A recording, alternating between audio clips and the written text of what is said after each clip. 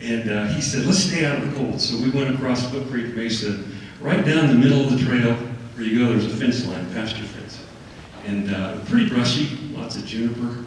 And as you ride along there, the barbed wire is just zinging off your shafts or your taps. And Rebel was getting a little skittish at that sound and finally had had enough, and he came in two. And down off of Foot Creek Mesa, he went fucking. And Brian was doing a real good job of riding him. In fact, he looked real good. I'm thinking, heck, I'm gonna get my camera and take a picture of this. It was beautiful. Perfect form, didn't lose his stirrup, everything was great. Until Rebel bucked right into a pinon tree. Off Brian came backwards. Rebel went on down to Foot Creek. First thing out of Brian's mouth was, catch my horse and shoot him.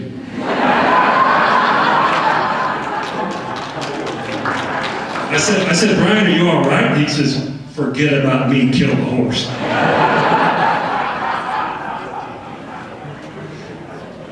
So I started, my first responder training started kicking in. Like, okay, I need to do something. Brian's kind of rolling around. And his left shoulder was kind of sticking out of here. I said, ooh, that doesn't look right. I said, man, you want me to look at that? He says, don't touch me. I'm just fine. Go get my horse and kill him. So I managed to round up Rebel. And I said, Brian, I'll tell you what, I think we need to get out of here. I said, would you like to ride my mule? I ain't getting on any four-legged kill my horse. So I rode my mule and I ponied out old Rebel, and Brian walked out. He's holding his arm like this as he's walking. He's got a dislocated shoulder. He's in a lot of pain. We finally get down to boot camp, get him in the truck. First time I've ever seen anybody do a Casper. He was white as a ghost. But Brian stayed with me. We got to Springerville, got to the emergency room, and they rigged up some kind of contraption. I was thinking, heck, I could have done that with my pagan string. We could have fixed it right then and gone on. They tied him up to one side of the bed and yanked on his arm, nary a peep out of him, and put that wing back into shape. He said, let's let him go. Brian, that was quite a memory that day. I know you hurt very bad, but it showed your toughness.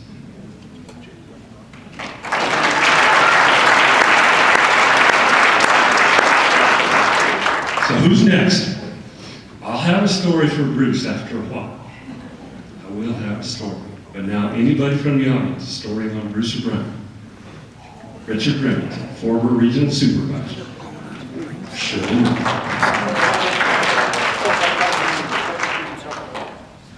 There's just a figuring life's grand plan, but back in 1990, I was minding my business in the lower Colorado River catching catfish, and I got a call that I got elected to be on a special detail at the Pinetop area.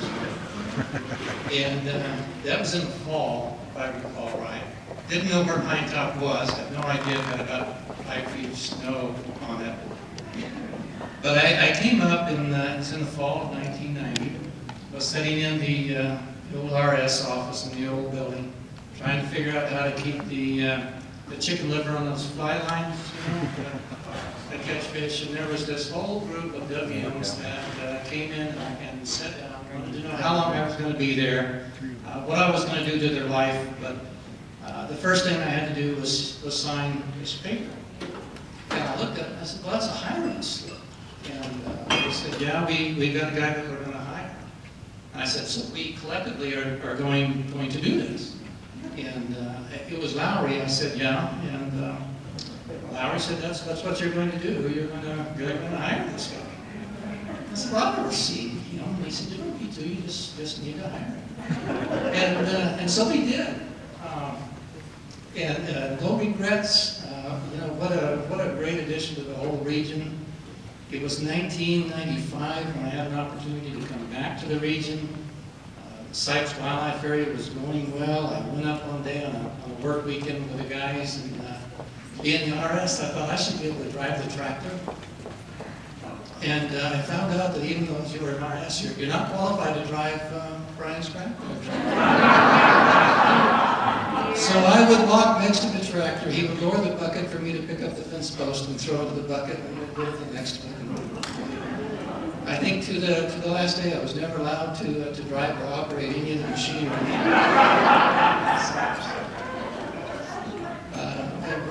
Just love you both.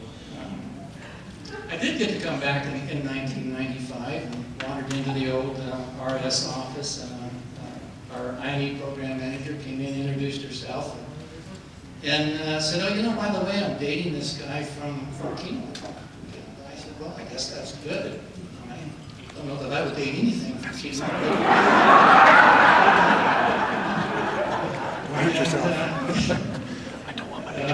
It actually eventually worked out to where it got, I guess, beyond the dating stage, and I got a chance to actually meet with Bruce, and he would come in, and we actually were able to work that out, where Sue got to make a move or two, and we invited Bruce up, and Bruce came to the office. We were going to do the interview for an open position, and he walked in and sat down.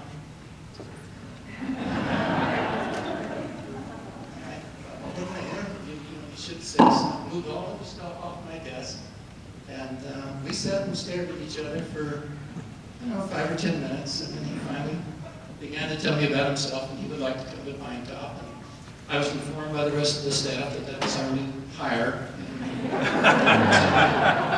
Collectively as the staff, we signed the paperwork on that one too. And boy, talk about just a great couple. Bruce and Sue, I tell you, you just you couldn't find better folk. And for years, Bruce would come into my office, and I would clear everything off the desk, and he would tell me how he was going to fix things. Always did. And the two of those guys got together, the things they've done at Sipes and out at Grasslands and Lima Wildlife Area.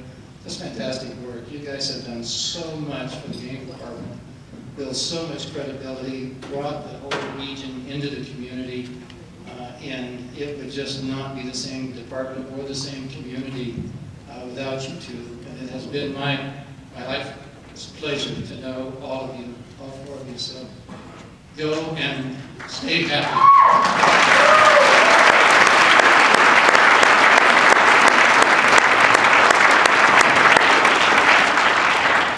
Thank you, Richard. Wonderful.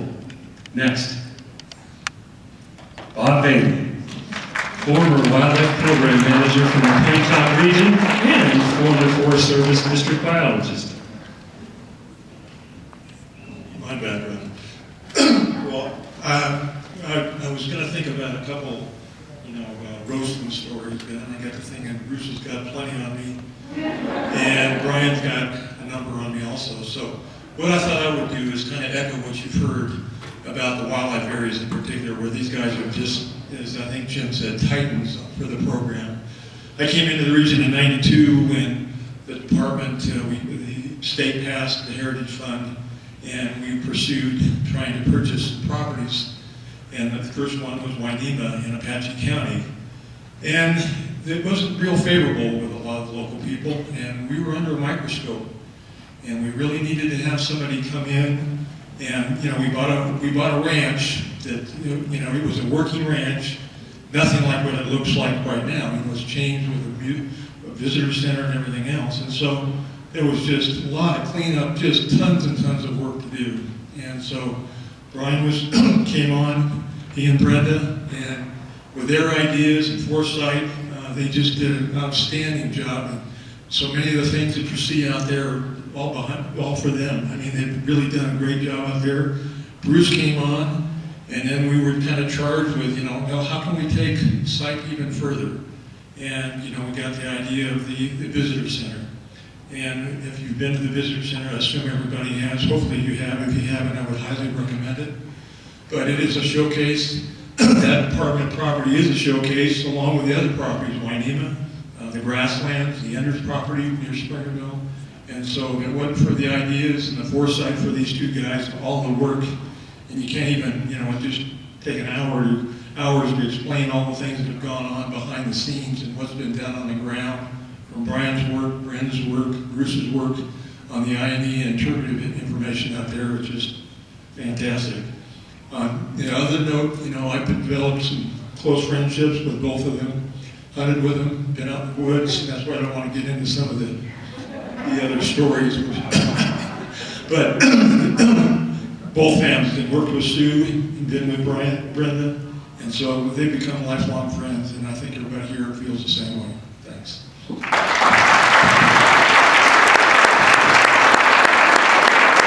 Thank you, Bob. Mr. Similar, please come forward. I forgot to tell you at the end of my story, I was going down the grocery store, Safeway, Grand Valley, and I was just going through the dog food section, and I looked over and there are bright red and white cans, Rebel brand dog food. Go figure, where'd that come from? Well, I thought it was important that you heard a perspective from outside the agency. I realize what close-knit friends you are within the agency. It's a wonderful thing. And some of us that have been around since DIRT was created understand that.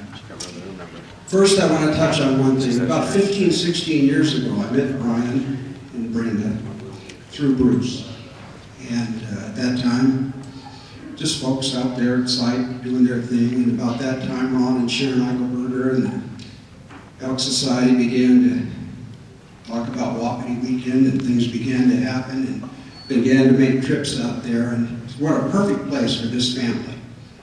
Ideal, great people, wonderful people, and over the years, of course, I've observed and helped and done whatever, and the Game and Fish Department was absolutely blessed with the fact that these folks were at site, and I only wish them the best in the future, both of them, the whole family.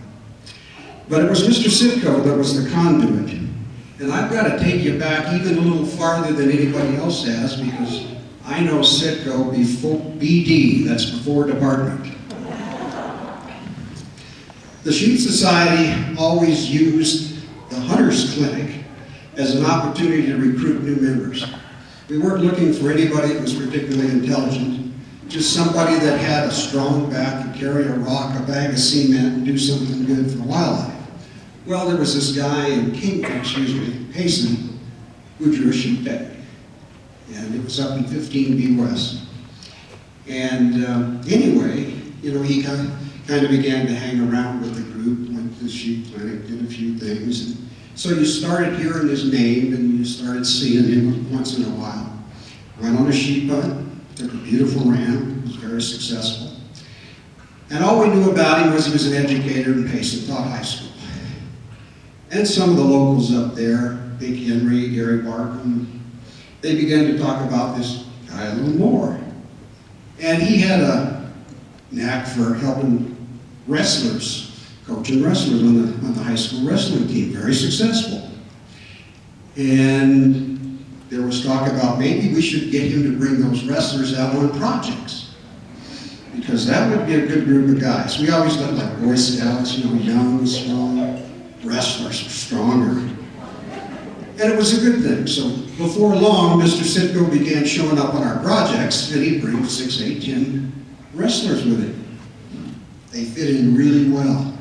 Again, weren't particularly bright, like Bruce. But let me tell you what, they were good on the rock line. They operated the cement machine. They could work. And it was cheap labor. Steak dinner. They couldn't even have a beer at that time. Bottom line is they just came and worked. And this went on for quite a few years. And we developed quite a friendship personally. We began to hunt together and do things. Bruce was very supportive of the Sheep Society, the conservation work that they did. He and I began to hunt together. He began to help me as a sheep guide. We began to guide together and do things. And it just was an evolution that continued. Then one day, things changed. And Bruce was looking for a change himself. He really was thinking that maybe he wanted to do something outside of education. And he brought up the idea of working for the Arizona Game and Fish Department in an INE position. And it just so happened in Region 3 they needed an INE person. And so he said, you know, I know you got a lot of contacts in the department. You work with them a lot. And there's this guy in Kingman named Steve Farrell, who's the regional supervisor. He said, you think you could put in a good word for him? And I said, maybe, yeah. At that time, Steve and I used to get along real well, and it was a good thing. And anyway, I did. In fact, Steve came down and he went to the Sheep Society Steak Fry, which is something we have each year about April and May, in which we get all the people that worked on projects, invite them out, have a steak, have a beer, sit and talk, and just basically try to recruit as much as anything. Well, Steve came and Bruce came, and we, the three of us, sit down and talk. And I pretty soon left the conversation and let the two of them discuss. Well, it wasn't too long after that that Mr. Sitka was offered a job, and he went to Kingman. That was a good thing for the department, a real good thing for Bruce, and a good thing for me. Bruce went up there and he brought an entirely different perspective. It was a situation where he wanted to make things happen. He started, as many of you are aware, the Bighorn Workshop, in which educators would be brought to Kingman and a couple of days on the river talking about sheep conservation, talking about sheep management, bighorns in general, all of the things that went with it. Well, it involved the Sheep Society. I went up and I had to talk about how we as hunters were conservationists first. That was the most important thing, to benefit the wildlife that was out there. And that we were an asset. We weren't just something there to take wildlife. We were there to promote wildlife. And it was a very good program. He did a great job of putting the nuts and bolts of that together. And I can tell you that most of the educators that showed up there on Friday, by the time they left on Sunday, were pretty much in our camp. They understood what we did and why we did it. It wasn't just about going out and creating something to shoot. That wasn't it, not at all. And I commend Mr. Sitka for that, because it was a step in the right direction. And I know it's continued, it's a good thing, and it's something Bruce can take pride in. Now, while he was there, we had little worries about Bruce, because he was kind of a loner, he didn't talk much, he just kind of was by himself. And then all of a sudden, this gal showed up. And it was like, who's this? I don't know. Where's she from? Well, I think she's from Pinetop. Really? Oh. What'd she do? Well, I think she works for Game and Fish. Really? Oh. What'd she do? Well, I don't know what she does, but I think she works for Game and Fish, and Bruce knows her, and they're spending time together. And after a little while of this, well, she showed up more and more in Kingman. Occasionally, Bruce showed up more and more in Pinetop. And there was this migration back and forth until one day, I get a phone call from Bruce. He says, well, now I met him soon, but, it was just one of those things that, we were all watching blossom. And he says, hey, what are you doing on such and such a date? And I said, well, I don't know, I can't think that far ahead. He says, well, I'm getting married. I said, really? I didn't say to who, I don't think. It wasn't that bad. But I said, well, tell me the good news. And he said, well, I'd like you to be my best man. And I said, me? And obviously at that time, of course, we knew this had been growing, and all of the friends that Bruce had watched this grow.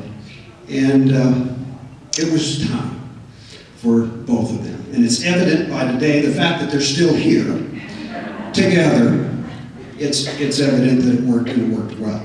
They've been a match. I'm not sure, most of us had our doubts about Bruce.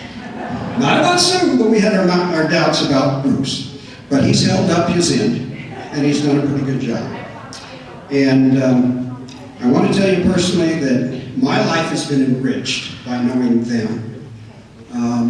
We've been fortunate to share a lot of time together in a lot of great places, and I'm extremely happy that Bruce has had an imprint on this agency.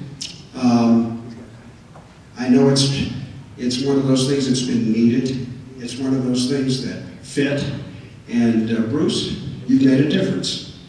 I appreciate that. Brian, Brenda, you made a difference as well. I appreciate that. Thank you both, all of you, collectively, for what you've done. Thank you.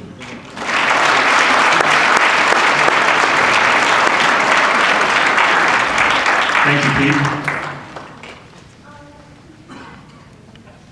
Next, Mr. Dyson.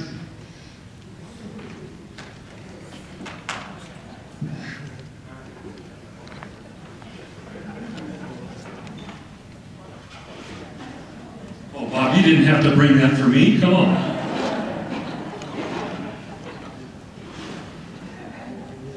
Bob is joined by his wife, Kay, and Phelps.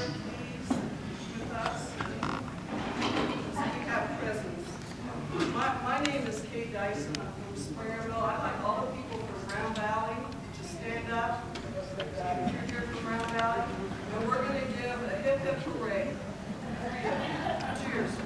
Where is Ryan?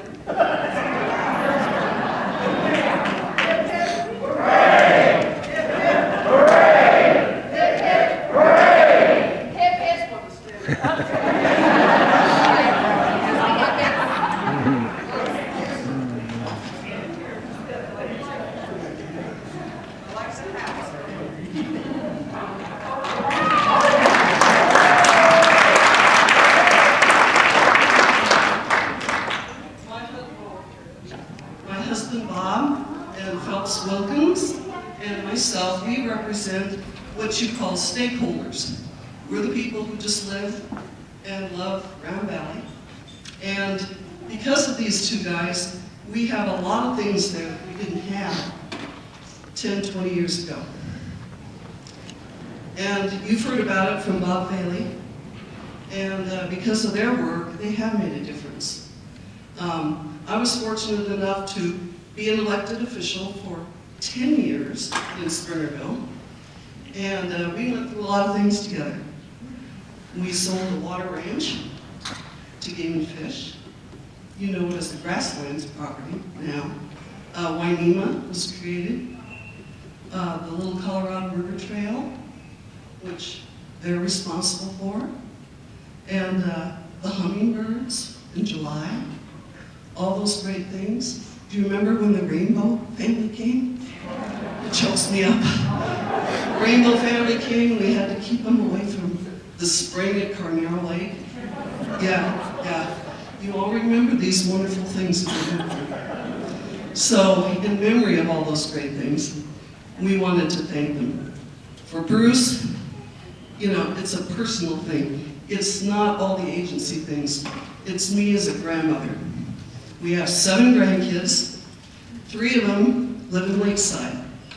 And because of Bruce, they fell in love with hunting and fishing. He worked on the Kids in the Woods program with the Forest Service. He taught archery to our young son, grandson, and granddaughters. And we have a little memento from that. Bob, one thing, you know, they love to hunt now. First was squirrels, okay? You ever taken a bunch of kids out with squirrel hunting? And then, of course, they graduated to elk and deer. Well, we go over to our grandkids' house, and this is what we find. Hold it up in the light. This is a crock pot from our grandson's house. And let me, now Bruce, I just want you to make sure that next time, where's the other tail?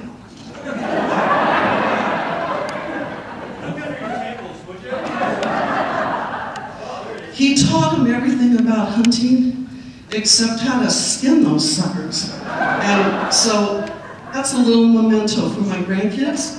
And our thanks for all you Game and Fish people. Thanks for teaching them how to hunt and fish.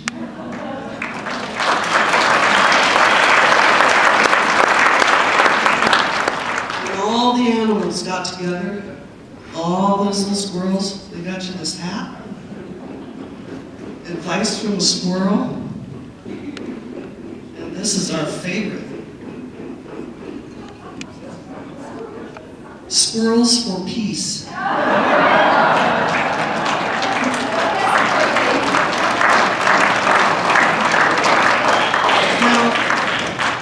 that's the story of Bruce.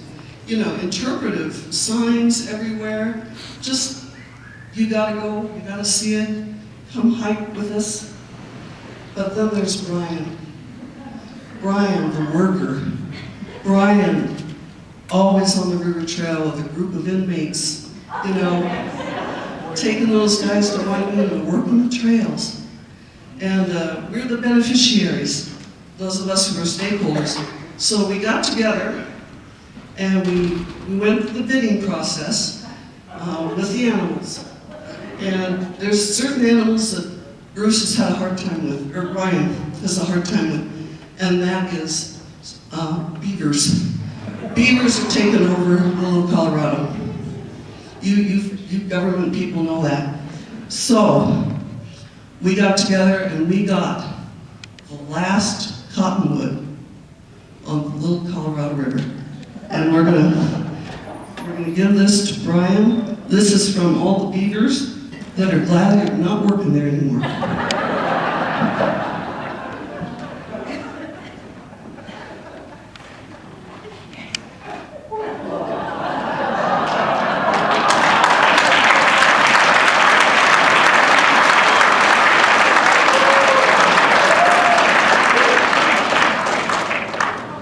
This is an authentic cottonwood tree. It is chewed by beaver, and it says, Brian Crawford, busy as a beaver, thanks for your work, Little Colorado River Trail.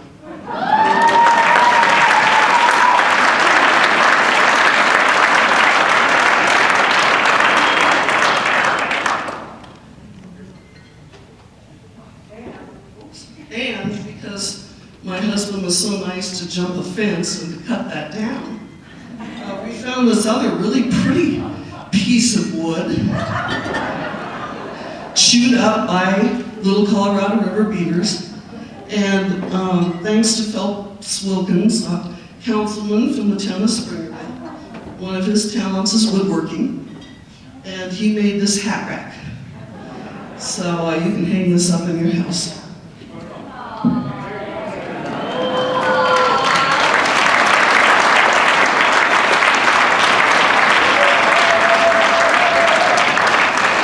And we thank you very much for, I'm going to drop it. Thanks. And here's Phelps. I just want to say, we happen to own a piece of property on the Colorado River right next to the property owned by the Game and Fish. They started a trail, and I went and talked to Brian and say, well, why don't we take it across our property, and then we'd have a mile-long trail that would go all the way from Airport Road to the parking lot there to the Airport Road, or to Highway 60. And jumped right on it, got a bridge put in, built a trail, and it is one of the most popular things we have in our town now. People down there all the time walking that trail. And I'll tell you, Brian is the best public relations person that Game and Fish has in the Round Valley, no question. I love working with him, he's always been pleasant. And then I talk to other people and they say, well, I don't like the level of Game and Fish. And I said, well, right. They said, oh, we do too. So thank you, Brian. Thank you, Bruce.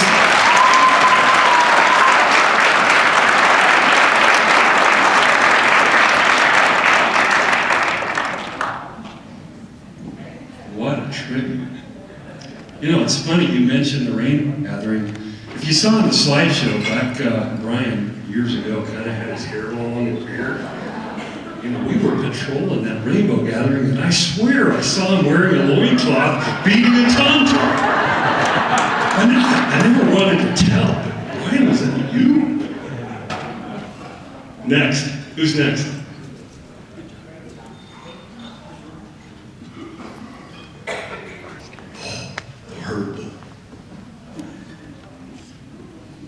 Roger Foster. Let's give Roger a hand.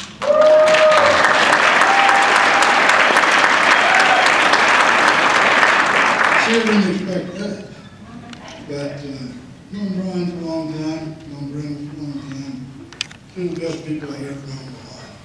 Mine's done a lot of jobs for me. Built me a log house and so on. One time I asked him to come over and build me a lean-to off the side. And I had decided I was going to be a carpenter. I thought, I'm going to do this.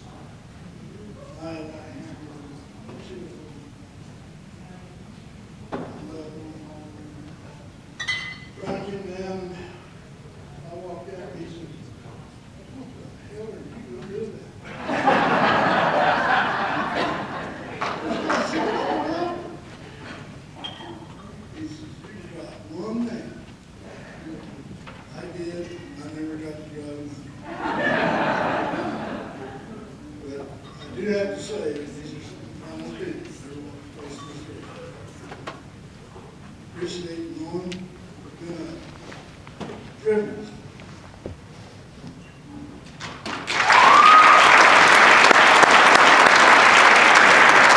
Thank you, Ryan.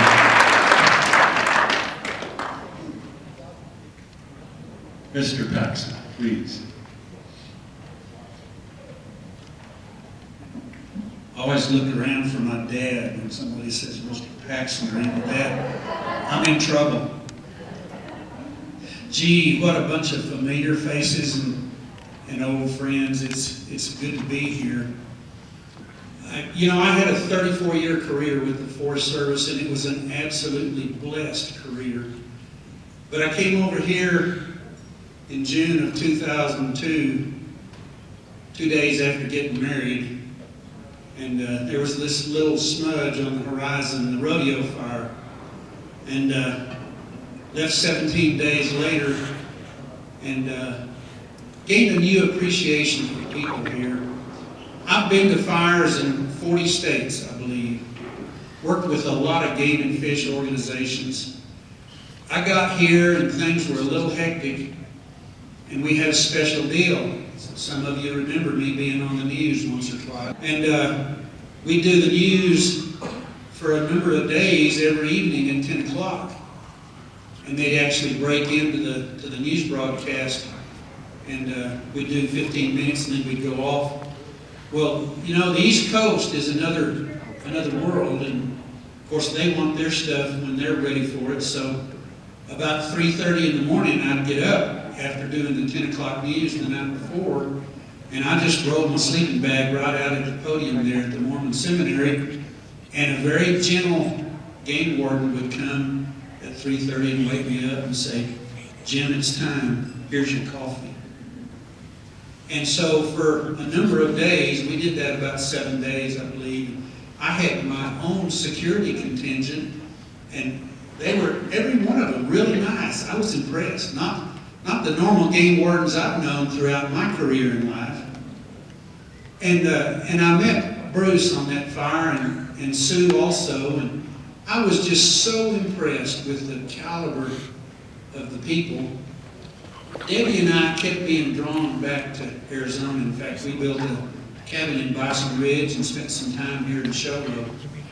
And had to go to the Christmas Tree restaurant and have chicken and dumplings. Anybody in here had chicken and dumplings? Made me think of my mama. Oh, so good.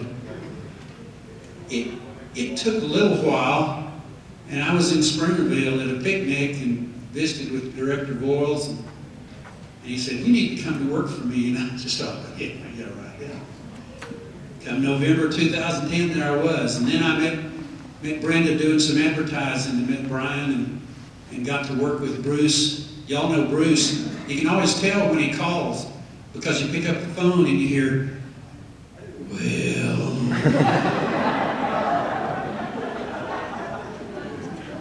So then you wait a little while and you find out what's on his mind. And it's always significant and pointed. He never called me unless he needed something or unless he wanted me to do something. And I'm just so impressed. I'm an old fire guy, and I think about fire. There was that second little smudge on the horizon, the wall of fire, just a few years later. And I'm in the director's office, would love to have been there in Springerville and Alpine and doing things, and couldn't. But we had a little staff of men and women in yellow shirts out there digging line and cutting brush and wetting down barns and doing things until that mean old gnarly Forest Service said they had to get out. And they did. They complied because of safety reasons. But they worked their hearts out while they were there, and Bruce and Brian were kind of leading that crew. Bruce was worried about his visitor center. Brian was worried about his barns and his equipment and the livestock. And got to go back in. It was a day later, wasn't it, Brian, that they let you back in? And things were still there. Good work was done. The good Lord kind of sent that fire around the edge and burned the meadow and a few trees up Rudd Creek, but it was there. And so, you know, I think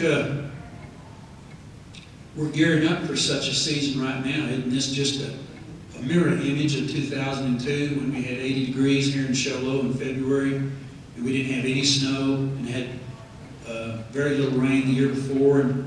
And I think that this is just the normal. We'll see the highs and the lows in climate and moisture regimes and hot summers and warm winters. And we know we live in a fire regime here. This is where fires occur. But Game and Fish has become one of the best partners that any land management agency can have. In fact, on the Wall of Fire, for the first time in history, because of the oh my goodness, senior moment. Bob, what does FACA stand for? Dyson Federal Advisory Committee Act? FACA? Yes. Yeah. State agency couldn't be on these interagency teams that make decisions. And for the first time in history on the Wall of Fire, Arizona Game and Fish had a fisheries and a terrestrial wildlife seat on that committee making decisions for the rehab. So as we go into the future, we'll see things for the best with partnerships and forging new alliances and doing things. But Brian and Bruce, you guys have set a really high bar. You've done things that were way beyond what your expectations and your job descriptions were. And oh, where's your lid? Come on now. The cowboy hat. You gotta be a cowboy tonight, man. Hey, let's have a hand for Bruce.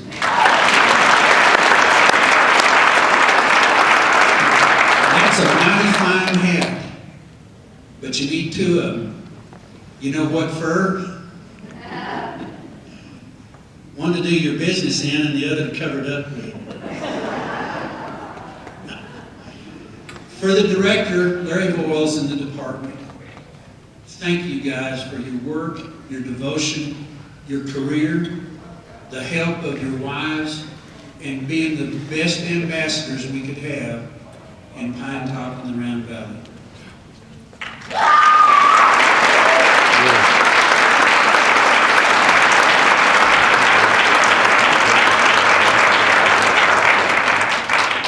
Thank you, Jim. Before we go on any further, I need to talk about my buddy Bruce a little bit. I haven't had a chance to say a word yet. You know, I was just a plain old dumb game warden down in the blue when he came to the region as an information program manager. Didn't know him very well. First I heard about him is he organized this hummingbird hunt. Why in the world would you want to invite people to the White Mountains to hunt hummingbirds? I'm thinking, them little guys, those breasts, they're not to put in a chili burger. But I promoted to Pinetop, and I got to work on the staff with Bruce. Oh, he was my buddy. The finest man in the entire world. He's a perfectionist. Fabulous photographer, accomplished writer, speaker, engager of groups, diverse people. But you know the thing I like about him the most? He fishes poorly. To make you feel good about yourself as a fisherman, you always want to fish with somebody who fishes poorly. and that is Bruce, my dear fishing pal. Bruce and I like to go to the lake on our float tube with our fly rods, and I hope that when I finally succeed in retirement again, I hope we will have the chance, my friend. Congratulations on a wonderful career.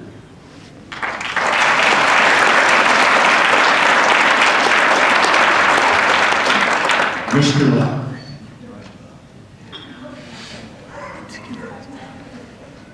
You know you're getting old when you borrow Bagnoli's glasses. Old, no. Come on. You know, it's funny when Jim Hinkle mentioned the Rainbow Gathering, and Kay Dyson mentioned that. We did patrol that. And indeed, Brian was down by Carnero Lake in the spring. And he was painted. My name is Sam Lowry. I worked for the Game and Fish Department for 21 years, and as a few people mentioned earlier, I had the pleasure of meeting Brian.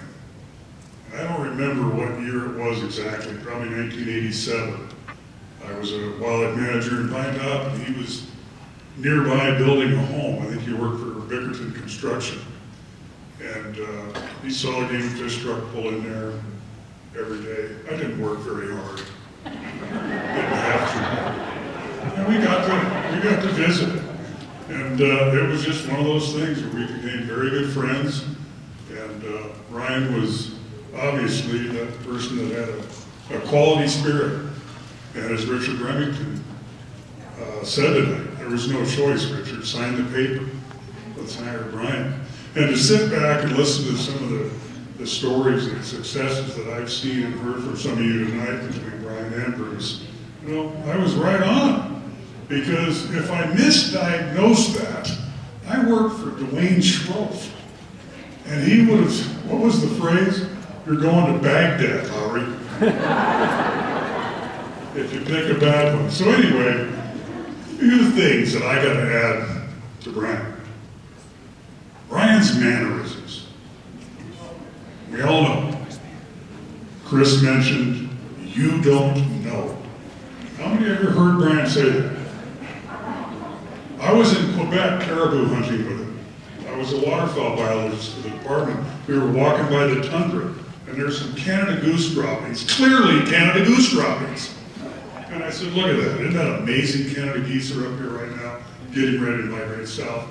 What's Crawford know? You don't know. I've never heard it before. I reacted, why the hell I don't? I'm a nut guy. And then he explained to me, it's just a line, Sam, to get your goat. I travel a lot.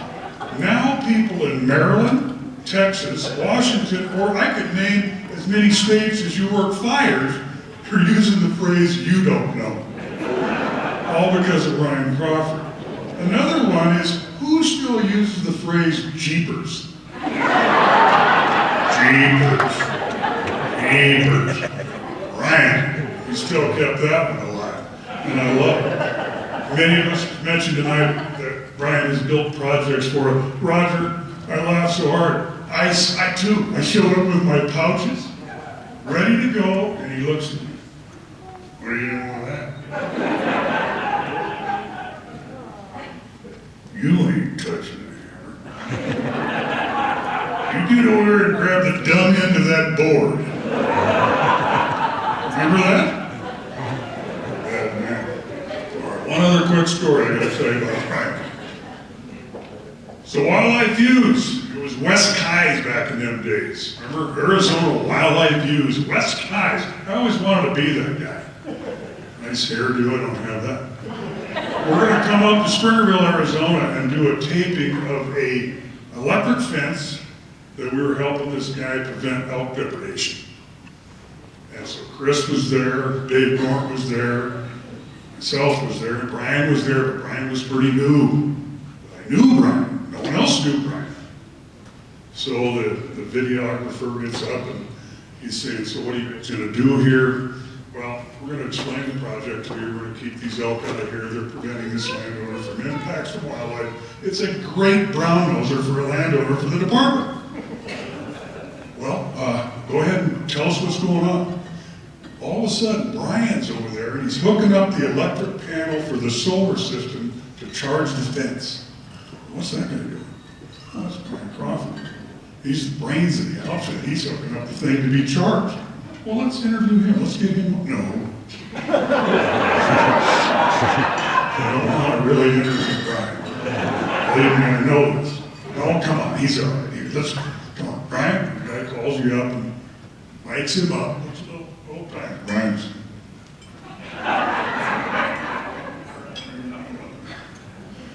You're all right, Brian. You're all right. You're all right. Go ahead.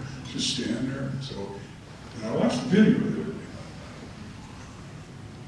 Brian's down there, working on the old fence. Robert Black's filming, us guys. So, Brian, tell us a little bit about what you're doing down there, hooking up this fence to keep elk out of this field. Cut.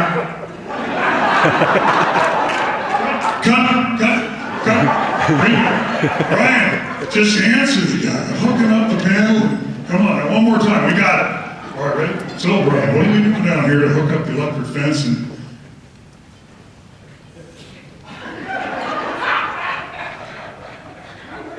hooking some wires? Cut. End of it. As I watched this guy blossom in his career, he learned how to speak in front of groups. And he had to.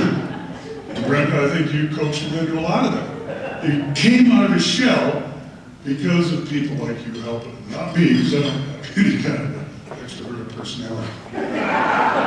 Before I read one other thing, Bruce and Sue. I don't know Bruce that well. I mean, I do have to laugh when I heard the stories about him always escalating an issue while he knew he had the answer. And there was some kind of a pause and that kind of behavior. But I kept thinking, so what am I going to say? Dawned on me. There's a real similarity between Brian and I. And don't get me wrong, we're not bigger cities. And Bruce and you. You and I. Blah, blah, blah, blah, blah. You two are just think get things done. So I applaud you for your career and all you've done. And you know that, Brian. Now, Lassie. That's where the glasses go. There will be no tears. My daughter, Nicole, just got married. She's 22, 21, 20, huh? My lovely bride. How old is our daughter? 22. We have 4 of them. Never been to a bull yet. Brian and Brenda are Nicole's godparents. We had this little child in Vernon, Arizona, and you guys were at the baptism, you were at graduation, you were at a wedding, and you were at many other events. And Nicole wanted to be here, but she's in college, and if she hadn't graduated, I lost a lot of money. So she's not here. But she wrote this to you, Brian. And I think it's a little. Okay, bear with me. Brian, they say people can forget who you are, but they never forget the way they made you feel. When I think of my childhood in the White Mountains, I think of driving around in your white Ford that buzzed when the doors opened. You had an Alan Jackson CD that always seemed to be playing my favorite song, Drive, and Poco would be somewhere in the back, perched high on the wheel well, catching the breeze.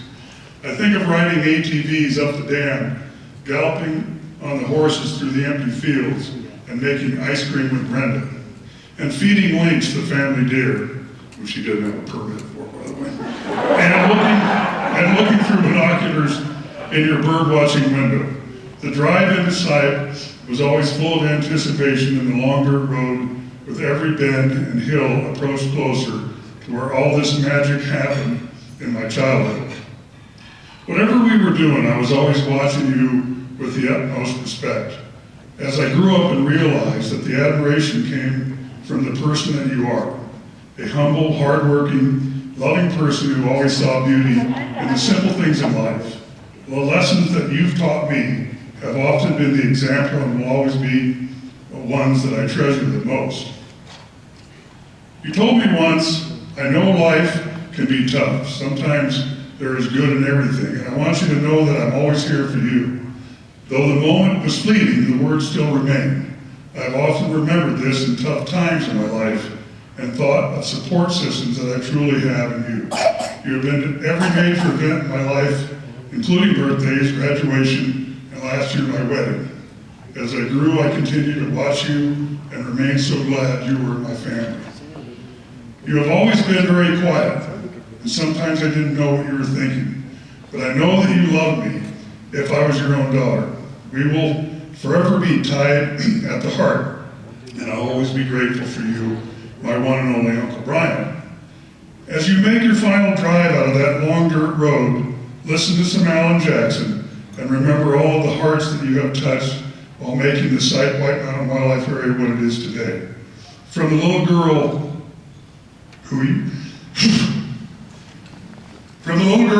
who used to drive on the long trips with you, I thank you for all the wildlife you have protected and the people you have impacted. Thank you for making the site a wonderful place in the world to share and a greater memory that I will always cherish. Nicole.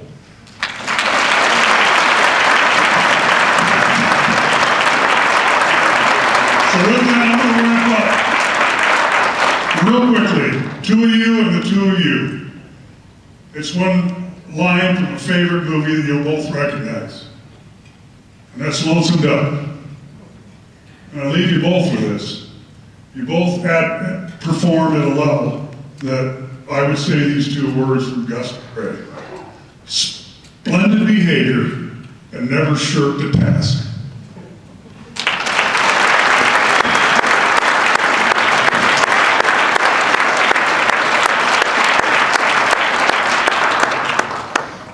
Well, my name's Randy Babb. I was the ID program manager until fairly recently, and have had the great privilege of working with both these guys for a long time. So, I guess I'll kind of start with who I am. You know, for those of you who know me, I'm far more interested in the things that are under the ground, or the rocks, or the boards, or the things, than typically the things you see on top. And we had acquired this great property site, and I was out there early on, and there were acres of boards, and garbage, and tin, and I thought, this is going to be fabulous. And I had great plans on all these things I was going to turn, how I was going to work this. And the next time I'm out, about 75% of it's gone. The next time I'm out, it's all gone. And I'm thinking, who is this guy? You know, he's destroyed all the wildlife values on this whole damn place in 3 weeks. You know, I mean, where the shrews going to live, and the lizards and snakes. So anyway, it was driving me nuts. But I did have a certain amount of consolation knowing that there was a trough way down in the lower pasture that I found a prairie rattlesnake under, and this guy would never find that. But he did. And it was gone, and I never got to turn it but once. And Brian found every piece of debris on that place and had it cleaned and nothing flat.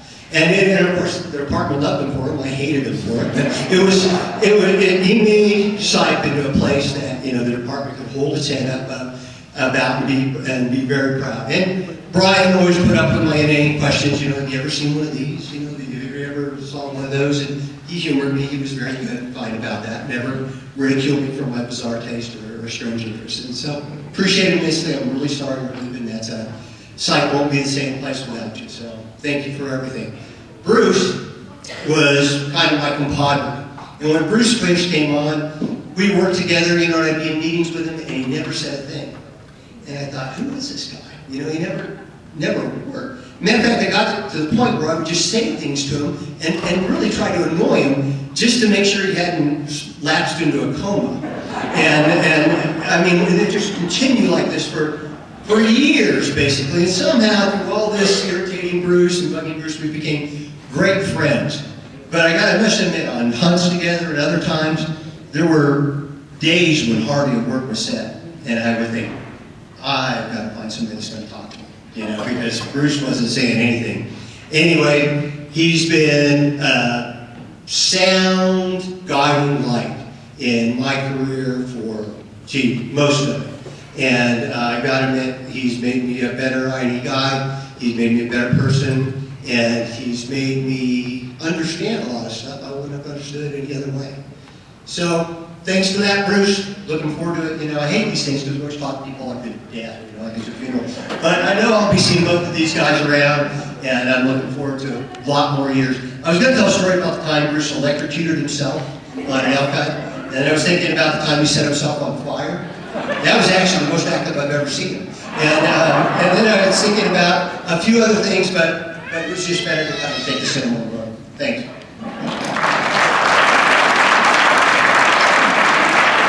Thank you, Randy. I believe Bob Berkland would like to say something.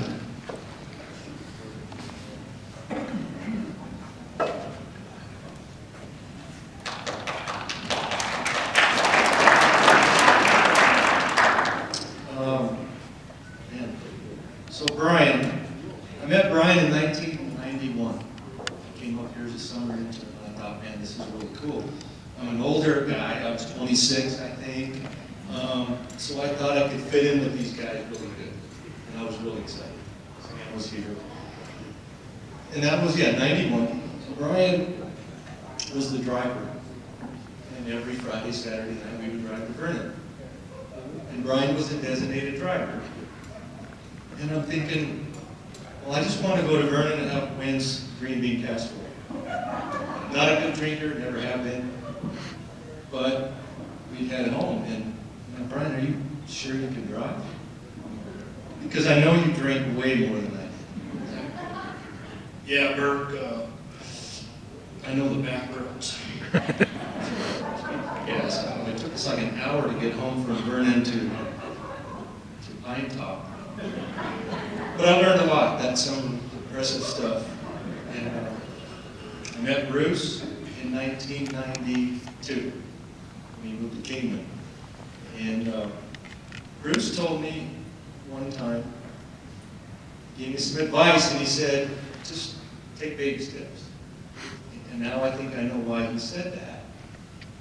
Because Bruce, while we were all taking baby steps, he was taking bigger steps and getting all these awards for like 20 years.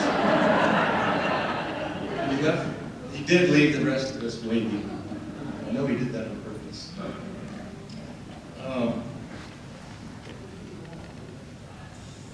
So I did write down a couple of things that I knew of.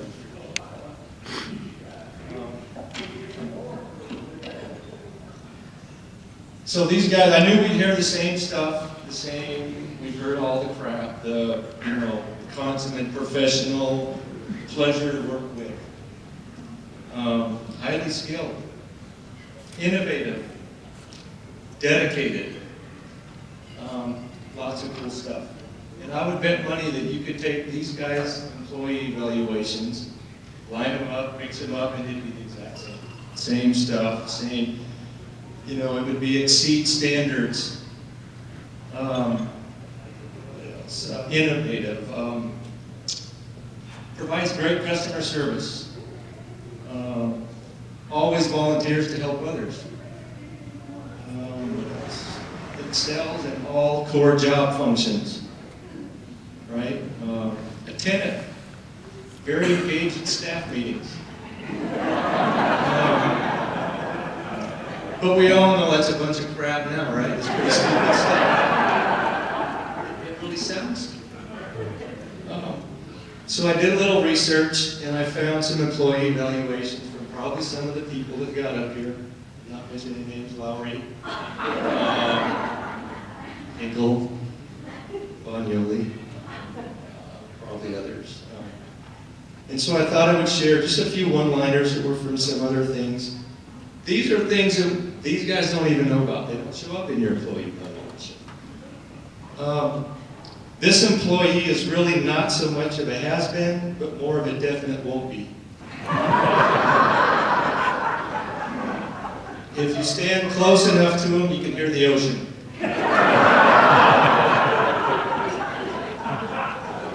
He sets low standards and consistently fails to meet them.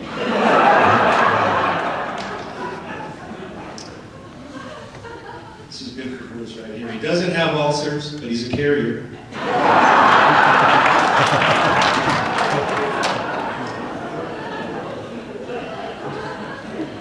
What is his IQ reaches 50, he should sell.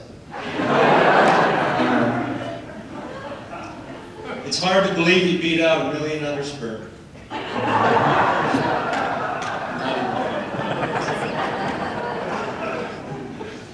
If you gave Brian a penny for his thoughts, he'd give you change. Sorry, Bruce. Donated his brain to science before he was done using it. Takes him 2 hours to watch 60 Minutes. And then I realized when I looked at this stuff, I was not looking up how to toast somebody. I got all this written down and said how to roast somebody. I apologize for it. I didn't realize until I had it all written down, but I'll share it right here. But I have to do the serious part. We've heard it all. These guys did set the bar really high. I just watching Sam almost cry a little bit here. It's easy to do because these guys, they really have that impression on you.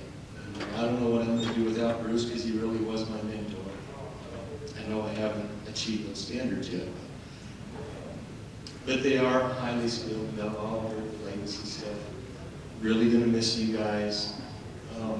I think as we watched that whole PowerPoint, we've heard all the stuff tonight. I heard a saying one time that when you look at a fine piece of art, you really can't, you can't get a good feel for how impressive it is and how outstanding it is until you step back and look at it. And when you step back and look at these guys' career and see how we step back and look at 20 years of stuff, it really was like a fine piece of art. It was impressive, it was priceless, it was really unbelievable to step back and to be in this room with you guys and trying to soak up every second, because this is pretty impressive stuff, Bruce, Brian, and I really thank you guys for all you did. Thank you very much. God bless you and your families. Thank you.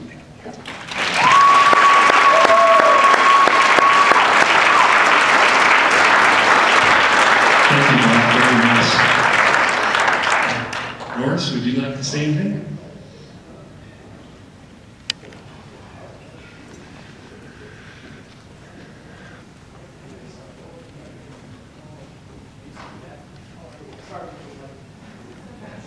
Thanks, Jim. Wow, I mean, what can you say? There's really nothing I can say to top, especially Sam and Bob and everybody else. But first of all, with Bruce, Chris, when you said, you trying hard not to take it personally when both these guys quit 5 months after you started. Well, I tried to hire Bruce and he wouldn't come work for me. He was real interested in the new I&E position when we got it finally established here in Pinetop, and decided to come over from Kingman and meet with me and go out in the field and see what was going on in Pinetop. So he comes over and we drive around. At one point I said, "So Bruce, what's going on in Kingman? What are you working on?" He said, "Bighorn sheep." "And?" "Burros." "And?" "Bighorn sheep and burros." "That's it?" "Pretty much." "Wow." So we drive around, and we go here, we go there. Of course, we just bought the heritage properties. And as Bob said very diplomatically, it was more controversial than you could ever imagine. "Randy, where you at? The reason all the wood disappeared, blame it on the legislature. They were chewing on Dwayne's butt. They were putting a lot of pressure. All our friends in Patrick County, they were up in arms. And how times have changed." But anyway, back to Bruce. And we were touring, and so we go there, and of course all this controversy he's somewhat aware of, and then we start, heading up to the timber country, and we're talking about spotted owls and all the issues there, and cable logging, and oh, by the way, we're getting ready to file a lawsuit against the Forest Service. Then we get over to the Pouchy Trout streams, and we start talking about grazing issues, and oh yeah, we're thinking about suing the Forest Service there too, and Bruce is starting to squirm in the seat, and I'm just, I don't know what's going on. Then we start talking about elk, and of course we doubled the elk population. All the ranchers were up in arms, the legislature was up in arms, the landowners were up in arms. And, we just, I'm telling you, man, we just have so many challenges here. We really need an I&E guy to come over here and help us, get the word out and tell everybody the real side of things. And so the job closes, and Of course, Bruce calls me and said, I don't think I'm going to put in. I said, was it something I said? He says, oh no. I go out and tell my staff what I'd done. I said, oh my God, you are the lousiest salesman around. So anyway, but I figured there was a way to get him here. And I did one of the better things I did in my career. I hired some good people. I hired Bob, and then I hired Sue. And Brian was already here, but I was involved in him getting the side job. But so Sue was able to do what I couldn't do. I don't quite understand it.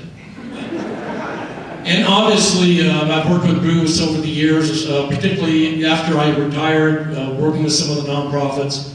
And Bruce has had a huge impact beyond just working at site, all throughout the White Mountains. And I can't tell you enough how much I appreciate everything you've done to support our communities. And you've certainly turned site into just a gem, along with Bruce's help. I could go on and on about, along with Brian's help, and I could go on about Brian, but I just want to tell one little story. There was a couple pictures of him with the prisoners on the board detail. And Brian was just amazing to work with, and he did. He turned Sipe around like that. And you can't imagine how much stuff Dennis Sipe accumulated over his 30, 40 years there. Hundreds of tons of stuff was hauled off. It was unbelievable.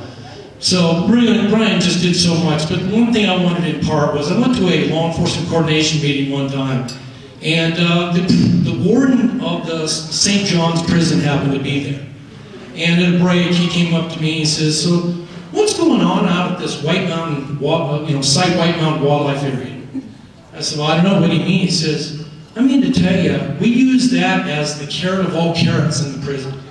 And all these prisoners aspire to go work with this guy named Brian. What's the deal? I said, well, I'll tell you. And I went out one day and I saw Brian working with those prisoners. For a lot of those guys, it's the first time in their lives they've ever had someone respect them and treat them like they were worth something, they could do something meaningful. Those guys poured their soul in the sidewalk on Wildlife Area because of Brian and the way that he was able to work with people and treat people with dignity and respect. He did so much for them. We heard the Dysons talk about how he's the best ambassador that the department could ever have. Boy, is that an understatement. So to both of you guys, have a wonderful post-retirement era. I'm sure you'll continue to have an impact. Enjoy life. Plenty of it left for both of you. I love you. Best of luck.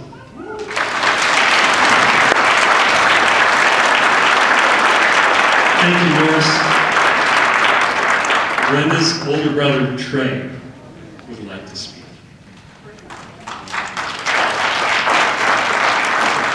Thank you. I think I'll start off by saying, Sam and Bruce, I hate you. I met Brian years before he started at your organization. He was this long-haired hippie guy riding a motorcycle. He started hanging around our house, dating my sister. I didn't know about this. But I had this house down in the valley, and I was going to put on a back porch. And my sister volunteered, Brian. And so I showed him Brian what I was thinking I was going to do. Okay? Exercise. And he said, well, you need a few more pieces here. Why don't you go down to the hardware and get that? So I do that. I'm about 30 minutes an hour. I get back. He's got half of it put up already. I figured this is a whole weekend project. Another 2 hours, he's got it done. And he did let me nail in two nails. I pounded a hammer to put myself through college. And so after they sort of hooked up, I started thinking, Brian, he is just a really good worker. I think we ought to form up a company and build out the White Mountains. But instead, he interviews for this job, and my dream of being a millionaire busted because of you guys. And instead, between him and Bruce, they each won, I think, every single award you guys had, once or twice, or I don't know. But anyway, I was going to give you the lowdown. On job, he's really good. As a brother of mine, he sucks big time. He's great. Thanks.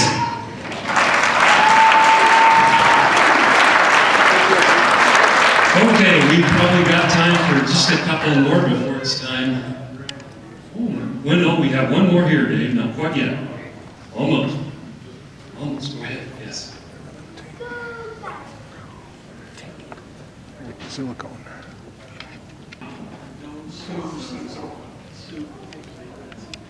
We've known Sue since she's probably been about 9 years old.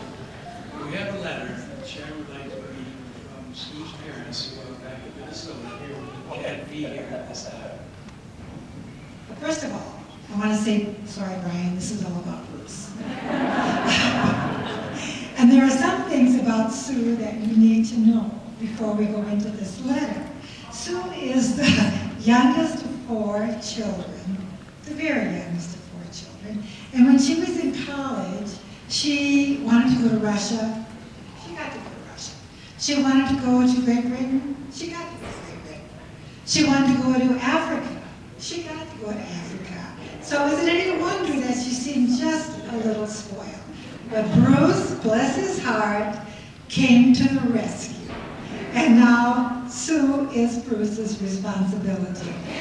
But before I go on to read this very wonderful letter from Dick and Jeanette, our good friends, I want to say that Bruce, you are a wonderful person. Not only for taking on Sue, but for being a good friend.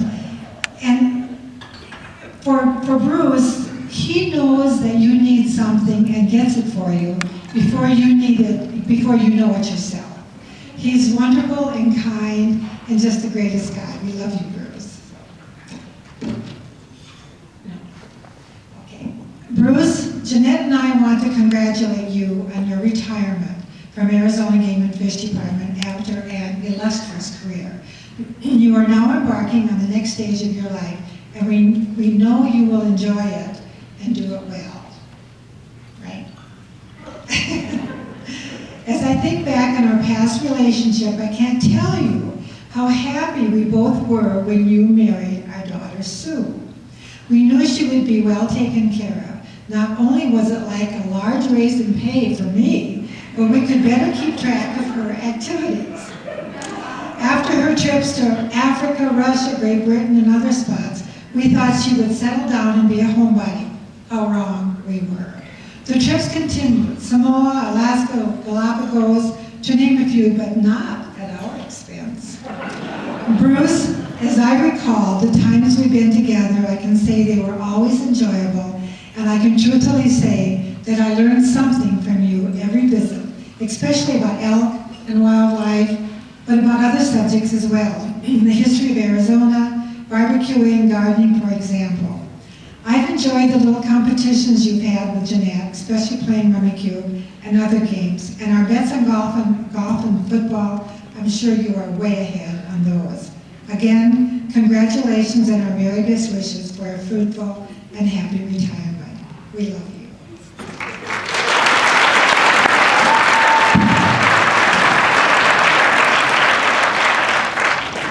Okay, going. Dave King.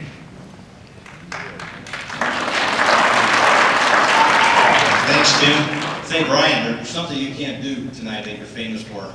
Years ago, we'd be standing around a campfire having a few beers, you know, it'd be about 8:30, 9 o'clock. We're just getting kind of wound up, you know, with Jim and Chris and all, and look around. Where's Brian? Where'd he go? Sam would say, he did the Crawford sneak. Well, you can't do that tonight, my friend. Okay, you and Bruce are here for the duration. So, anyway, before I put Brian, you know, I wanted to put him up on the pedestal and tell him about all his achievements. Jim did this once, but I want to do it again because I think it's worth repeating. And Brenda, I really, really appreciate you as what you've done for this department. I can honestly say that you've probably done more for this department than some career department employees. This room accepted it, folks.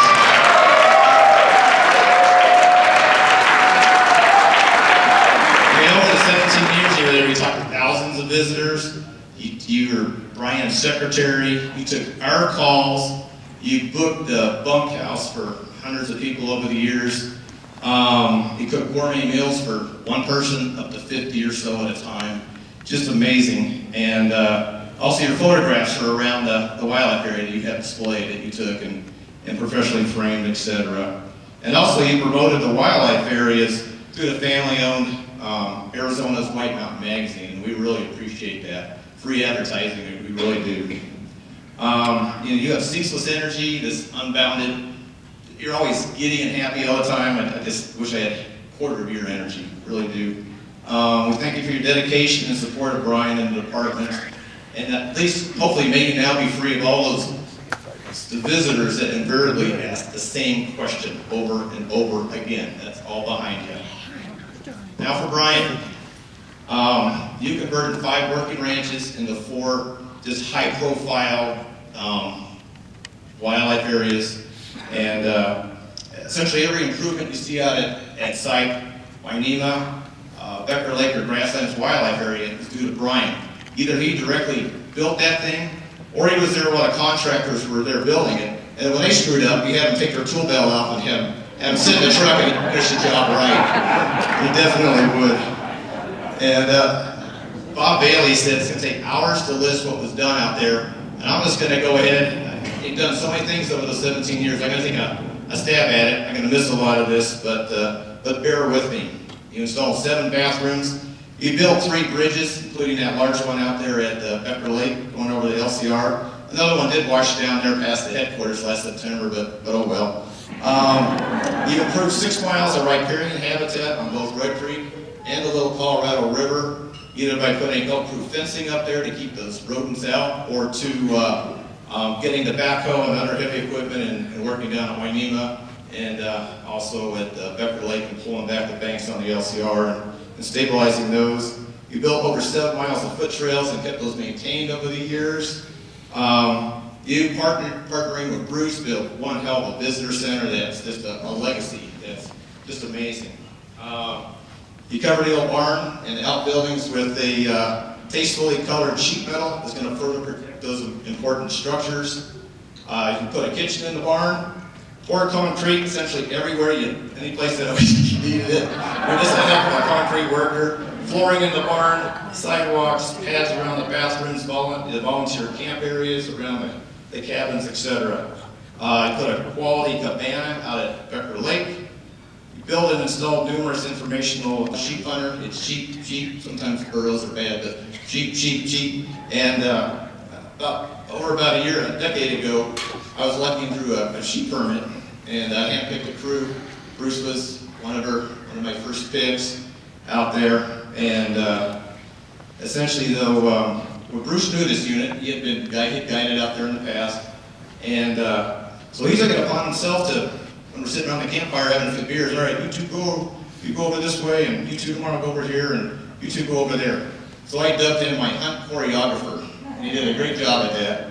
And later on in the hunt, he stuck it out along with Larry Holland, and when Larry once spotted a sheep of a lifetime, Bruce looked through the spotting scope a half mile away, and he goes, well, he's this many years old, and he's going to score that much. I said, good enough.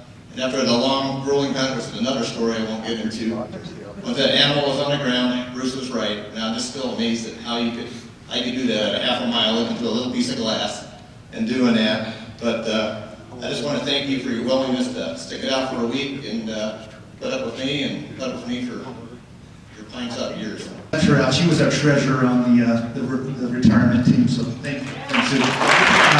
So, without further ado, I'm going to turn this back over to Dave, because Dave technically was Brian's supervisor. So if you could bring over one of those baskets of flowers. Have Brian and Brenda come on up. Thanks, Bruce. This is just a very small token of the department's and mine and the region's appreciation for you guys. Brian, 23 years of dedicated service to Arizona and its wildlife resources. There's a poem on here, but I'm not gonna, it's been a long night, I'm not gonna read that. But I really, really appreciate your hard work. I mean, it's just unbelievable what you did over those many years. And the bitter end, you kept up with a positive attitude and steadfast work ethic, and I really appreciate it.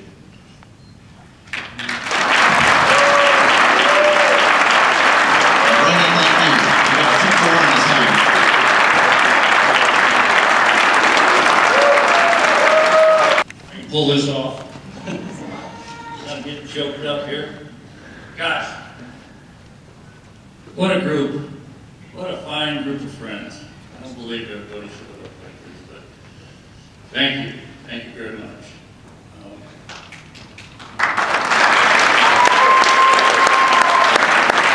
Especially folks that travel long distance. I just can't imagine how many miles we're traveled to get here with all you guys.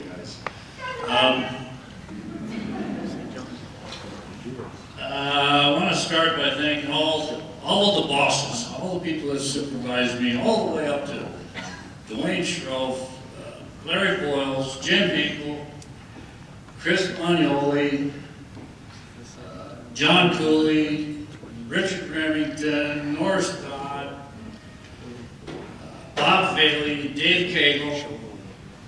I think that's all of my immediate bosses up above. Gosh, I enjoyed your company. You supported my program. I felt comfortable around you all and looked at you all as not just a boss, but friends, you know. Thank you.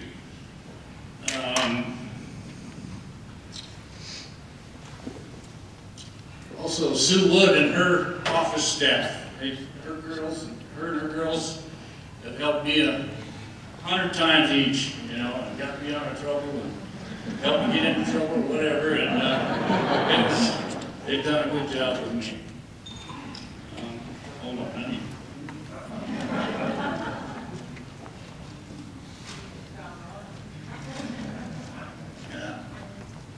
And Sam Lowry and Roger Foster, you were two guys that just befriended me before the department and supported me, and both you guys just put in a good word for me, and like I said, just told the supervisors, hire him. So without you guys, you know, I wouldn't be here. You know, you made it happen. And then there's, you know, the site wildlife area. Wow, you know, I lived the dream. There's been so many good memories. A lot of you folks, you know, spent a lot of time out there with me. Gosh, I'll remember that till I die. Then there's Buddy Bruce. And we pulled off a lot of big events, Bruce. We entertained a lot of people. Made a lot of people happy, and it made us happy too. We enjoyed doing it. I want to thank the Arizona Elk Society. You folks, dang it, I worked with you a lot. What a great group of people, and what a great mission you got going there. And I'll still be around. I'll be seeing you. You better. And then like the other guys, Brenda, my wife now, I deserve a retirement check too. Glenn and Roger, the fellows that worked under me out there at site, they're not here, but I want to thank them for all their hard work they did for me, all the projects we got done. The party committee that put all this together, boy, you guys put in some hours. Did a good job, what a success. So, anyway, that's about all I've got. I thank you again for all coming. What a party. Remember.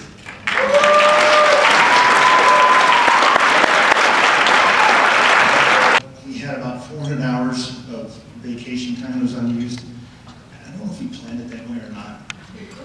And you get to this position, you're like, God, and then you start thinking, God almighty, that ought to be about twice or 3 times to make up for the hours that he put in, going home from work, jumping on that mower, mowing the lawn, picking things up.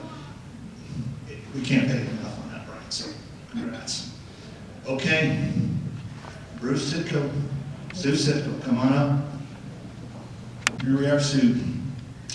On the formal part of this, I'll just read it off. This is a plaque that you get when you pull the plug and when you retire after 21 years of service, in recognition of dedicated service to Arizona and its wildlife resources.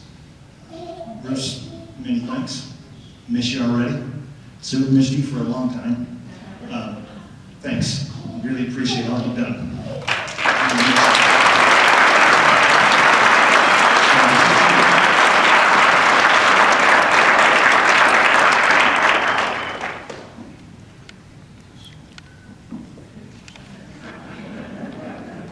Yours, Bruce.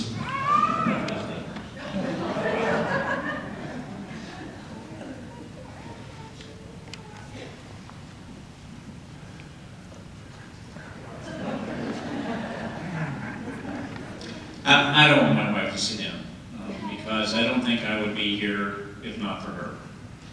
And I owe so much, and I love her dearly, and thank you for all you've done.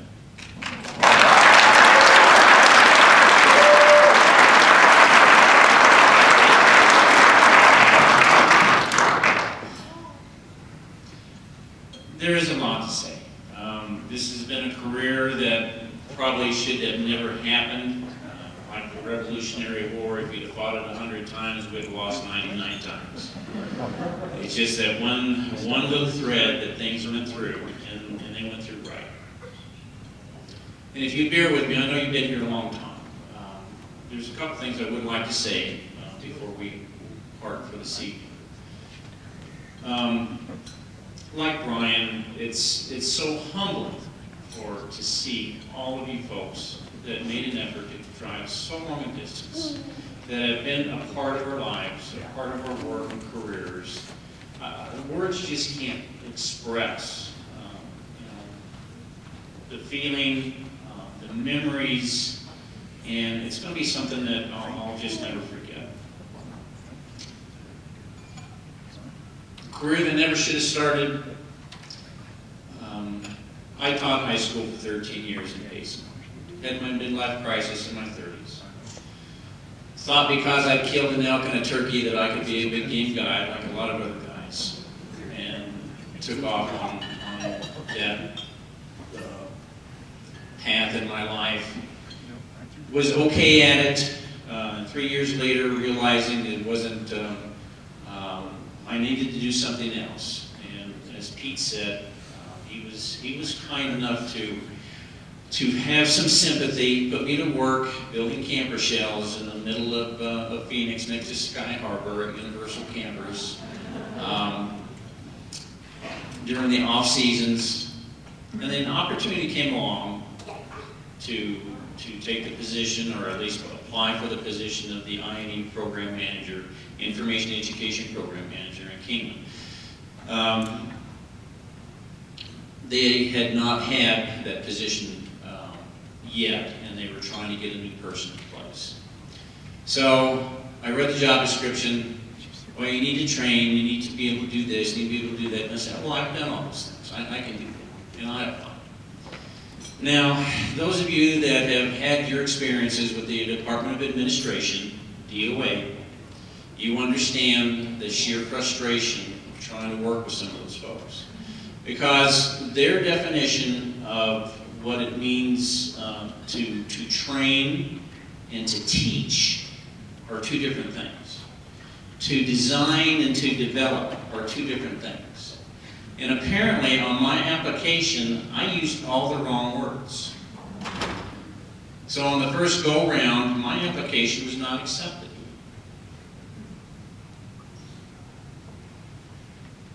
And Pete graciously took me back into Universal Campers, put me back to work.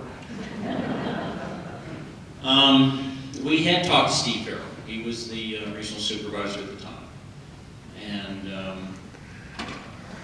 for some reason, fortunately for me, that struck a chord with Steve.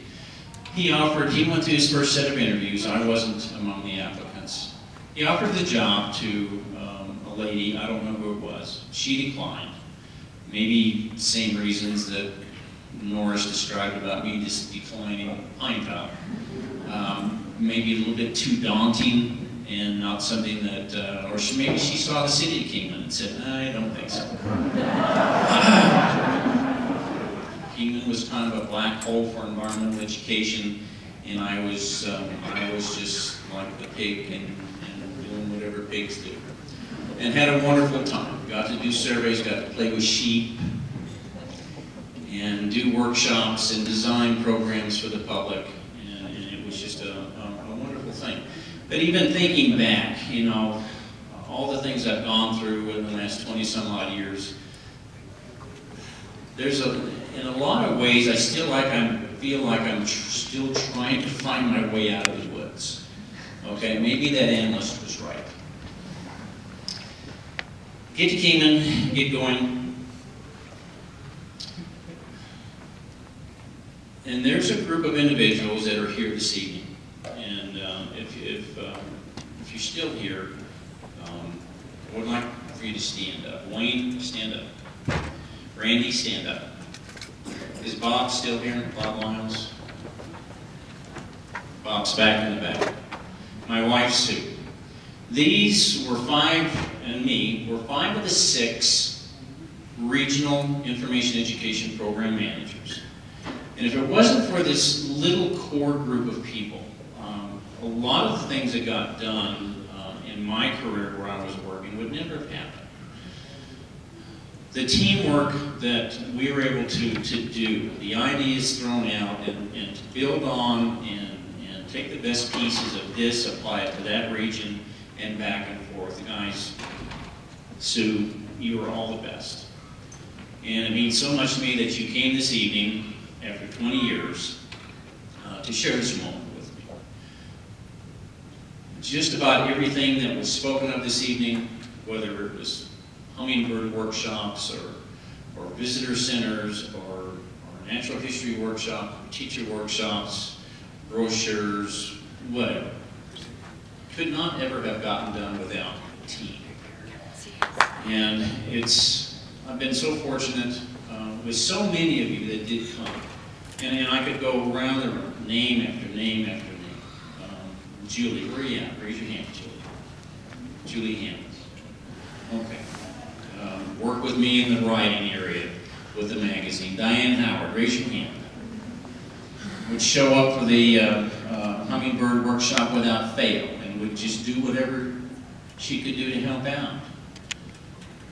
Those of you folks that would, at the hummingbird workshop, that would show up and just help park. Joel, where are you at? And Dan Diamond, you know, blast you, Dan. 2,000 hours of leave, and you're supposed to take it off, and I don't think anybody showed up more when I told them, I don't even want to see you, don't show up. And Dan's always there to help out. Linda, and I've got to blame this on Richard Remington. I would have retired a few years ago because one of the things that Richard did assign me when I showed up in the region was you're going to be the lead information outlet for the Mexican Wolf Reintroduction Project. Well, thank you, Richard. And I did try. Many years later, as it was weighing me down, Linda was so gracious in stepping in and said, let me take some of the responsibility and try to help out. And I need to tell you that if you had not done that, I would have retired a few years earlier. So I don't like you for doing that. Okay? But bless you. So it really is, it is a matter of teamwork and working together. And I'm so grateful to every one of you that contributed somehow to make all of these programs, all of these accomplishments a success. It wasn't some ideas I had in the middle of the night, and very dear friend Randy, over all the years. I could always call him up and say, what do you think about this? He said, well, have you thought about that? And working through these things and keeping the best up and throwing some other things aside, we were able to do some pretty nice stuff. And things that I'll be proud of for a long, long time. Mine was a career, once it got started, that almost ended pretty quick. I'll tell a story on myself, and I'll try to be brief. Thinking out of the box, I'm in Kingman after a year. Kingman has no water, but they wanted to do these fishing clinics for youngsters. Bruce, how can we get this done? Well, the only water in Kingman for a 50-mile radius is at the country club. You know, the pond that waters the golf course. Go to the country club. Can we put some fish in there and do a kids fishing program? No, you can't, because fish are going to stay, and then kids are going to stomp across the golf course at all hours for the next 3 or 4 months trying to catch fish. So that wasn't going to work. So here's how you have to think out of the box. They just built a new swimming pool in Kingman. A huge municipal pool. It was great. I got together with the town recreation staff and said, what do you think about having a fishing clinic? And they said, well, and then we threw ideas around. And what we ended up doing was a plan that they would stop putting chemicals in the pool the last day of the swim season, which was Labor Day in September. And they wouldn't put chemicals in all winter. And come spring, it should be clear water where we could put some trout in there and conduct a fishing clinic. Okay, we'll try it. Don't know if you don't try it. Went to the Willow Beach National Fish Hatchery. Secured 600 2-pound rainbow trout. I said, okay, we'll do it.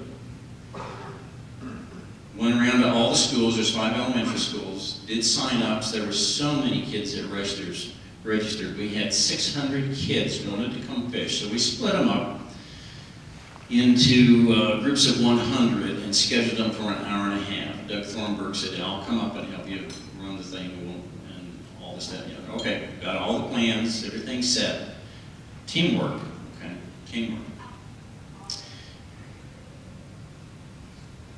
Supposed to have this clinic the 2nd day of April. And the hatchery truck shows up. 2nd day of April that year was on a Saturday. Truck shows up on Wednesday, backs up to the pool, dumps all the fish in. You should have seen it. 2-pound, 600 2-pound trout jumping, splashing everywhere. You know, something to really take photos of. And it was, okay, this is going to be good. Everybody goes home, comes back the next morning. 1 2-pound rainbow trout is jumping and splashing, and 599 others are dead. What in the world went wrong? Because we had tested, we'd been testing the pool for chemicals since the previous fall. Nothing was registering on the scales. Took water samples, sent them off to Phoenix, and I'll tell you the results in a second. But I came in on Friday, and Mr. Schroff, you were out of town. You were probably out of the state. Because of the then Deputy Director, Tom Spalding. And what the memo said in 2 or 3 paragraphs was, we just received a report that the fish that were taken from the pool were distributed among 2 senior citizens' homes. And we have about 24 senior citizens in the hospital. Now please explain what happened, what steps you're taking to rectify this situation. And Jim, who is acting, because Steve's out of town too, Jim, who is acting, hands us the memo and says, you guys need to formulate your response, get it back to me, I need to see it before it goes out the door. you know, deadpan serious. Tom has been with the department for 26 years. He's got a career already, you know, well stocked up. I'm the new guy. Tom immediately says, it wasn't me, I had nothing to do with it. And he's throwing me in the Troya patch. I'm the sacrifice. Okay.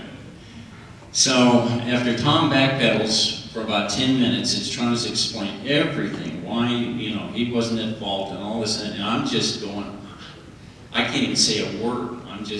I'm fired, you know, after a year, and well, it was a nice career.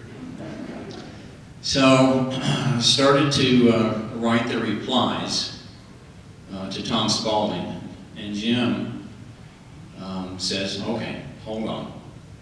And he points to the date on the memo. April 1st, April Fools. That's the worst I've ever been gotten in my entire life.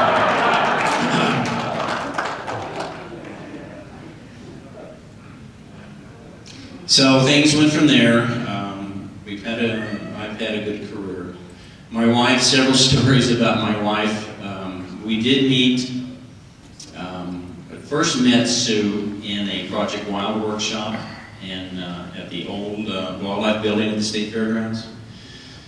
And we all showed up. Sue was the new one to come into the group. She had met some friend who showed up to the workshop also, and they sat in the back. And they were catching up while Carrie Baldwin was trying to instruct. And finally, Carrie just had to drop his books and said, Sue, are we going to do the workshop, or are you just going to talk? And now, if you know my wife, you know she's got a wonderful outgoing personality. People love her. And so I got to thinking, this is kind of interesting. The next time she shows up is, I'm doing a sheep workshop out of Willow Beach. And she came up just to check it out, see what it's like, so maybe she can take some of those programs back to her region. And it's a 2-day workshop. It's pretty intensive. But in the evening, we would stay at what was then the Gold Strike Inn before it burned down. And they had a casino. And I kind of liked to play blackjack. So I was, in the evening, everything's all set, and it's kind of late. I'm sitting at a table, and Sue comes walking through the casino. And she sees me. And, you know, at some point, maybe it's a few years later, I realized that she probably graduated with distinction from the Girls' School of Wiles and Charm, because she sidled up to me and said, well, that looks like an interesting game. How do you play? So I pulled out $20 and said, let me get you some chips. And she promptly lost those chips. It just goes, oops. I pulled out $20 more. And they were gone pretty quick. Oops. And I pulled out $20 more. Oops. Now, about 20 years later, I'm still trying to get my initial $60 back. And I think she kind of knew all along that what she was doing, what she'd gotten into. But she's been wonderful. She's been a wonderful supporter all these years.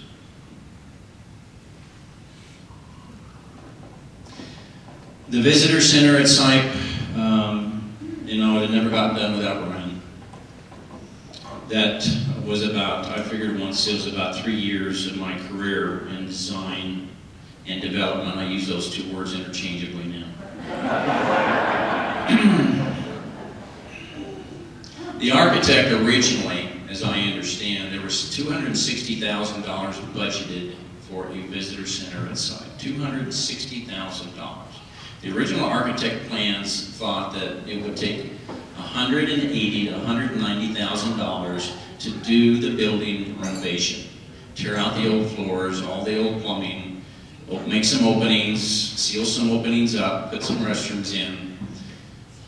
But as we all know, plans don't always turn out the way they're supposed to. When the contractor was all done, well, from that $180,000, $190,000, I was supposed to have the rest to build a visitor center. $70,000 to $80,000. Okay, I may be able to do this. I've never done a visitor center. I've never done a museum. I've talked to curators around the state. Most of them were telling me it takes, their buildings, it took $300 to $500 per square foot to put their museums together. All right, well, $80,000, $90,000, I may be able to do it. When it was all said and done, the contractor had spent $245,000 and left me $15,000. So, Brian, with his resources and coming up with a few ideas, for a couple winters, all we did was saw plywood, go find scrap carpet and glue it on the plywood, do some staining, make things in my garage. And when it was all said and done, that visitor center was about $15,000, and one day I figured it out. It came out to about $15 to $20 per square foot. With Brian's help is what we were able to put together. But again, teamwork. That wasn't my deal. I could not have done it without Brian's help. Some of the designs that you see in there, the barnwood, we never did tell Bob Bailey because he was in charge of all these wildlife areas. We never told Bob where the barnwood came from. There are probably some structures that qualified for historic designation that kind of slowly diminished in size there in the middle of the night. But we got what we got. Okay? That was pretty good. Hummingbird workshop or program. Mary Ellen and Chuck working with White Mountain Audubon. Years ago, worked with Sherry Williamson and her husband Tom. Brought them up, let's ban some hummingbirds. We'll bring some Audubon members out and make it a little deal. And I got to looking at that. It was kind of a neat deal. There were about 50 people showed up that day. And I thought maybe we can make a public program out of this. And so 10 years later, we were getting, for the last 4 years, we were getting between 800 and 1,000 people show up out there for 4 hours. And they were coming long, long distances.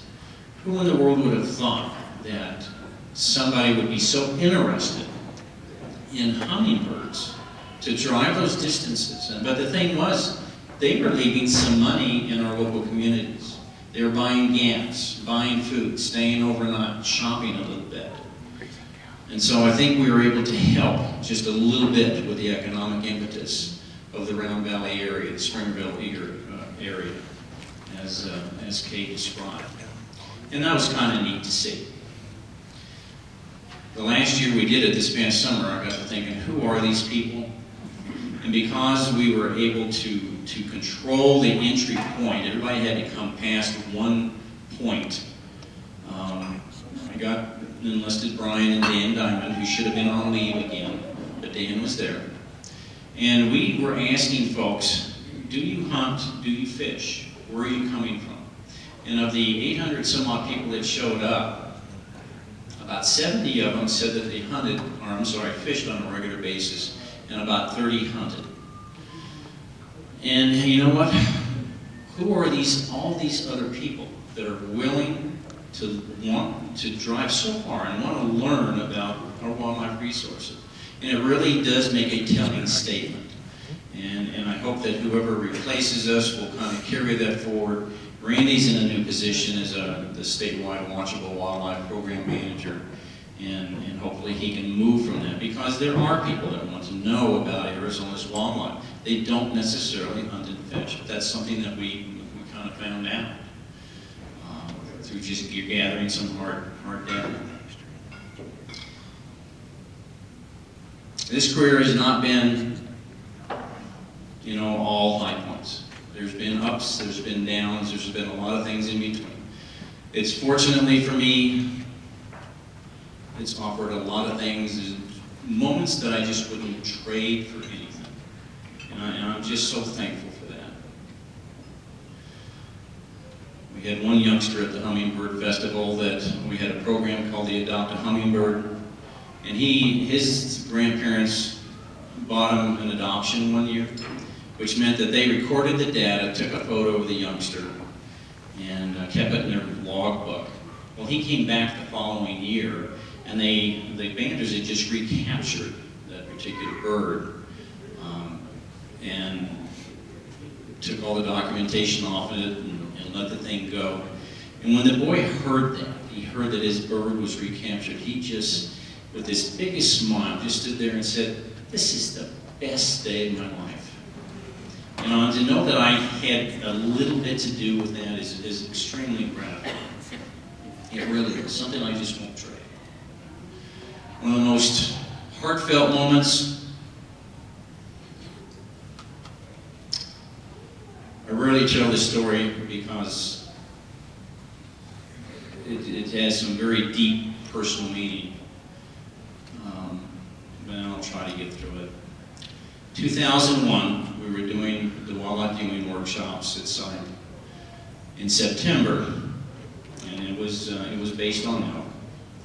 We go through a classroom program, take the folks out in the field in the evening, try to find the elk that we talk about, watch them, take some photos, and it was a beautiful evening. Everything worked out. It was a full moon coming up over Escadilla. As it was getting dark, the elk were bugling, the ducks were squawking on the ponds. You could hear all of that, you know, in the background of the forest. And everybody's just quiet. And it was just one of those really, really neat evenings that you just want to be out because you're a part of nature. Sue describes it as nature, the restorative power of nature. And this is what this particular time was.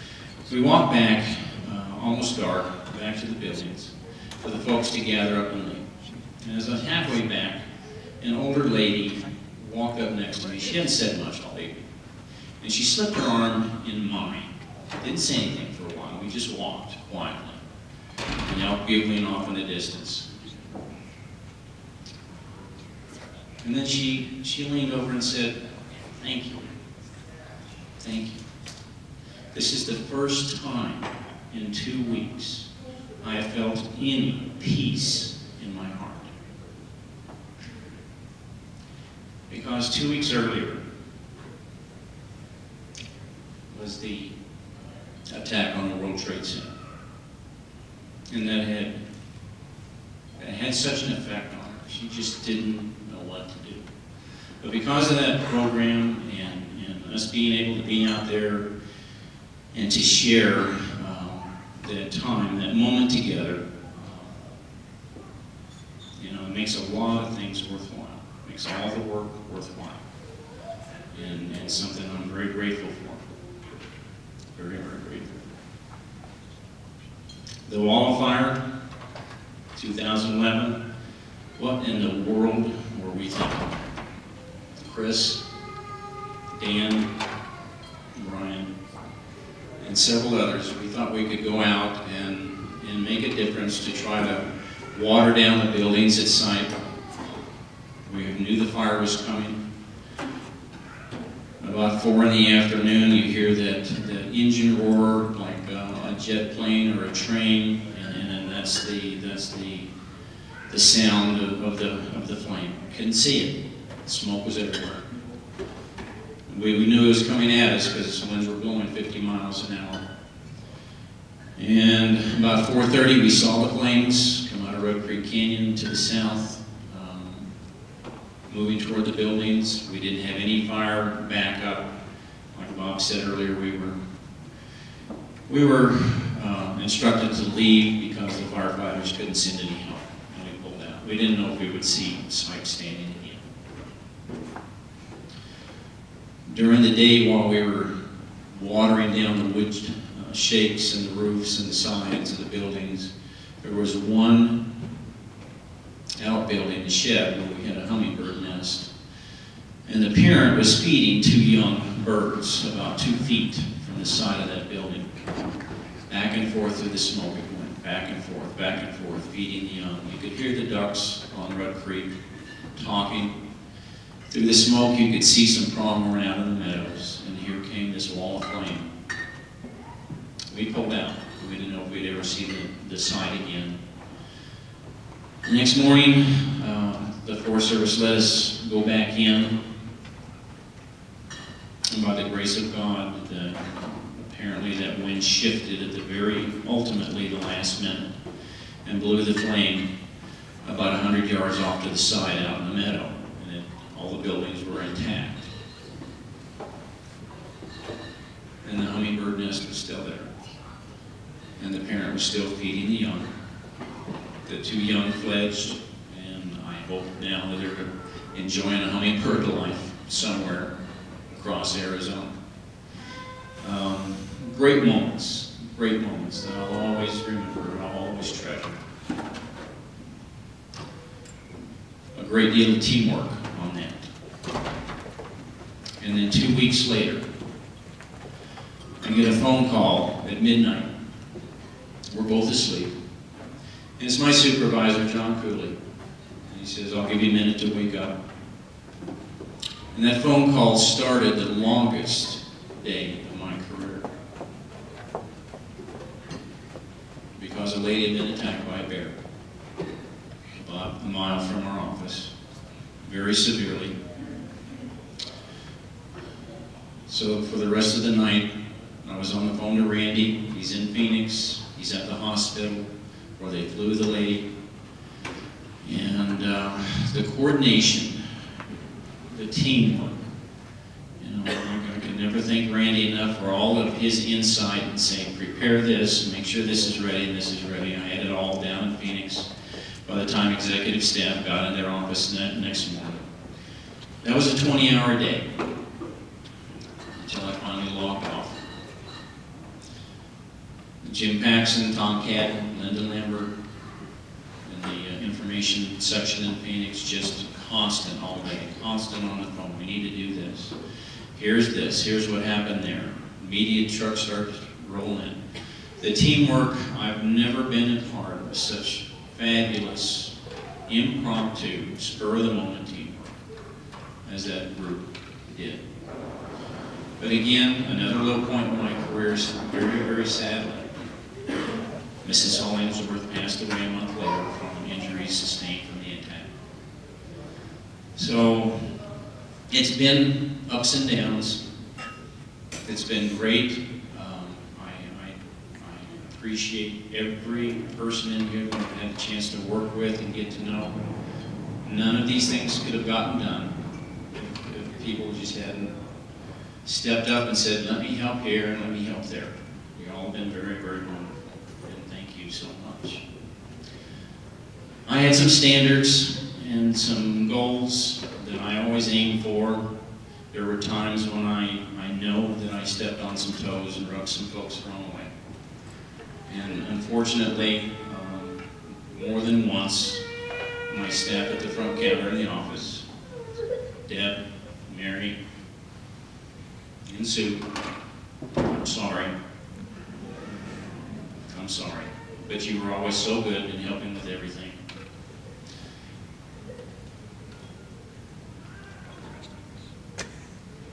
And for all that, folks, as I wrap up here, and I'm sorry for taking this time, I really am. But as I wrap up, I just want you to know all that I've been able to do. Any accomplishments that have been directed my way, I appreciate, but it was part of the team. And I just want you to know that I am a much, much better person for having done all of this work in your company. And I thank you very much. And so, Sam, I'm going to take a line from Lonesome Dove 2 as I close. And Brian, buddy, the last words that Captain McRae said to Captain Paul, "My God, it's been a hell of a party."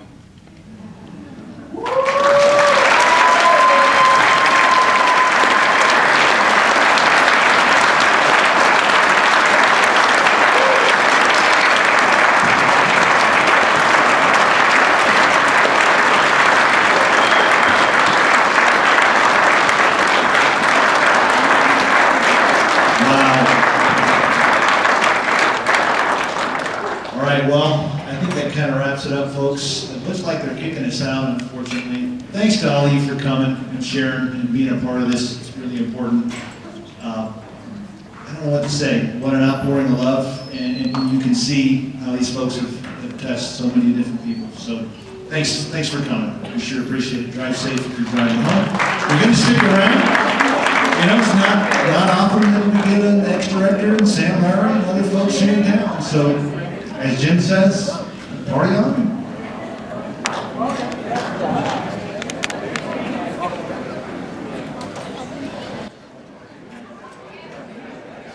Hey, big guy, how you doing? Good to see you. All right. You're asking about it. I didn't know where you were.